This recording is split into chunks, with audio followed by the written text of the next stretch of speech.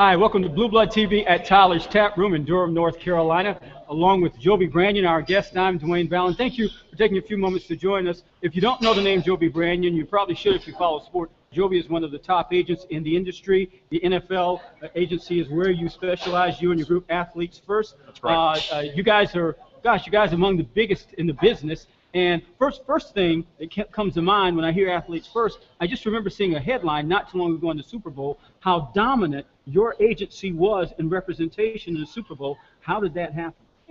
You know, we've just been blessed and fortunate. We've worked really, really hard. We started the company back in 2001. Actually, before that, we all worked with a legend in the business, Lee Steinberg. Mm-hmm. And for a variety of reasons, we decided to branch off and do our own thing. And I think we started with about 40 clients, and now we're up to about it's well over 100. And yeah, we're very fortunate. We've got about 20 some odd quarterbacks in the NFL, including Aaron Rodgers, who's now the highest paid player in NFL history. Clay Matthews, and Von Miller, some young and up and coming guys. And we've just built it, in a way that I think is reflective of our values. We want a lot of players that understand that football is a blessing to have in your life. It's a great opportunity to make a lot of money, but to also impact your family and your communities that you came from, and hopefully to set a nice foundation for yourself, going into the future. And the vast majority of guys that we have are really high character, quality people. Why football exclusively? It sort of happened that way. I mean, I'm a former football player, and when I got into the business, I was hired specifically, by Mr. Steinberg to help bolster the group that was representing NFL players. Because of my connections at Duke, ironically, the first person I hired to help me was Carmen Wallace, who was a basketball player. He was actually the captain of the Duke team and Jeff Capel's roommate. And I actually was recruiting Jeff. That's how I met Carmen. And I asked Carmen what he was going to do after he graduated, and he was looking at some jobs on Wall Street. And I said, how would you like to work with me? And I hired him right at Coach K called and gave this glowing referral. And Carmen's been with me for the last 17 years. And it was at that point we were sort of dabbling in basketball. We had Greg Anthony. We ended up also getting John Starks, and we ended up with, I think, about 9 guys in the NBA at one point. And Lee's other partner had baseball. So we had a big group. But when we branched off, it was around the same time that Greg and John were retiring. And our focus was just shifted back to football. So that's where we started with 40 guys, 40 clients, and 6 employees. Now we have 20 employees and 130, 140 clients. You've already heard the reference a couple of times. Joby played football at Duke in the, we won't say precisely a little while ago era, but he did play football. They're much better now than when I played. And we'll address that in a later segment, but we want to continue with the agency and athletes representation. When you think of agents, there's Jerry Maguire, there's Arliss from HBO, the guys, the people in the game. Misconceptions, are there a lot of them? Exaggerations. Certainly there are exaggerations. So? I say that to say, for television or for movies, they want to make it as interesting as possible on a very fast-paced, consistent basis.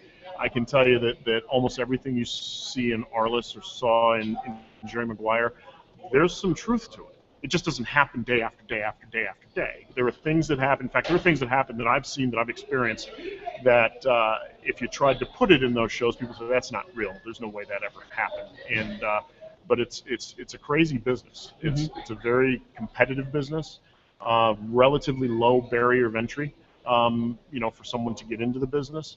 And you have a lot of very young athletes who, regardless of how intelligent they may be or well-educated they may be, they're young. And for the first time in their lives, they're learning how to deal with a lot of money. And most of them never had a real job before. They've never paid taxes. They're easy targets for people that want to try and separate them from their money. And as a result, there's a lot of crazy, amazing things that happen, and you've probably heard a lot of it happens even before they become professional athletes, which is, has affected some of the schools that we're talking about. Without giving away any names, yeah, what is a bizarre amazing story you could share with us, an anecdote along those lines? Oh, geez. I mean, I've been amazed at some of the things that have happened. I've seen parents get houses while players are still in college. I've seen players be given literally bags of money, cash, dropped at their door By your competitors? by competitors. Yeah, or people just trying to get. Now, the best people in this business don't do that. Right. I almost didn't get into the business because of the reputation of the business. Sure. But I felt like there was a need for people of credibility and integrity to come in and try and really guide these young men. I mean, I'm motivated to help these young guys grow into great fathers and great husbands and contributors to the community. And there's a way to do this business without becoming Arliss or a caricature. Right. But those caricatures absolutely exist. What's the oddest request you've ever gotten? You don't have to give a name again, but Request. Jeez. I mean, you know, one player wanted to make sure he had private flights for his family during the season. If we signed him, I want my family flown to all my games on a private jet. Okay. so $25,000 a tank for fuel, but that's didn't okay. didn't happen with us. It may have happened with somebody else, but I mean, I've seen it. I've seen it all. I've seen it all. Everything you could imagine, pretty much. For the industry itself, and you alluded to it a little while ago, there are certain people that regard what you do as just above snake oil salesman and congressman. No doubt. And that's not good. No doubt. No, funny aside, when I was, I graduated from Duke, and I eventually ended up in law school and business school at UCLA, and I practiced law for a little bit. Hated it, but I did it. And I had a friend of mine who would introduce me to new people. Said, "This is my friend Joby. He's a lawyer." And I said, "You know, don't introduce me to people for the very first time and tell them I'm a lawyer. You know, it's not a good vision." Then I became a sports agent. Same person said, "This is my friend Joby. He's a sports agent." And I said, "Don't ever introduce me to people as a sports agent. Tell them I'm a lawyer." You know, it's unfortunately it's a well-deserved stereotype because there are plenty, like I said, there are plenty of folks out there to this day, right now, that are doing things that you just would be amazed, and they can get away with it because there just aren't the resources available in the NCAA and the NFLPA schools to police the things that are going on.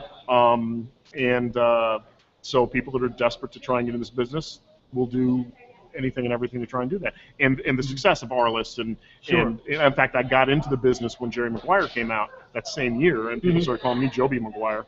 But now that suddenly became like the hot thing to do. Sure. Are you glad you chose this profession?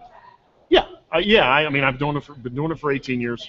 I wake up every morning, most mornings, excited to go and do what I do.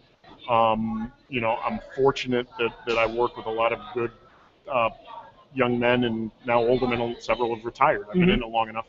And it's fun to help them realize their dreams. It's also fun to help them understand, you know, the role that they play and the lives they touch, whether they realize it or not. And that's important, I think. And so there's an intrinsic reward in what I do.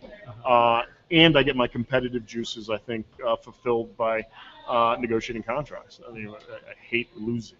And, you know, I've been fortunate, like I said, to have worked 4 or 5 years with Lee Steinberg, where we were at the absolute pinnacle. He had 5, 6 number 1 overall picks in a row and negotiated the biggest contract in history several times. We've done it, I think, 3 times since. And it's just, you know, I get my competitive juices taken care of, but then I also feel like what I do matters. And I see, for example, I just last week, Melvin Ingram is one of my clients. He's a defensive end or linebacker from South Carolina, and he just held a community day in Hamlet, North Carolina, where he invited all these the kids and parents from the community for a free day of, you know, amusement and fun. And it was just awesome to see how he was touching all these lives just by giving a little bit of time and energy and paying for pizzas and some other things. It was just great. And these kids just relish being in his presence. And I just pointed out to him, I said, look, whether you like it or not, people look up to you. And so what you do impacts hundreds of these people, probably thousands that aren't even here. And making these guys understand that, I think, I can touch more lives through them. And I think it's important to try and make the world a better place. Joby Branion, NFL agent, Athletes First. Thanks for hanging out with us here on Blue Blood TV. And thank you for joining us.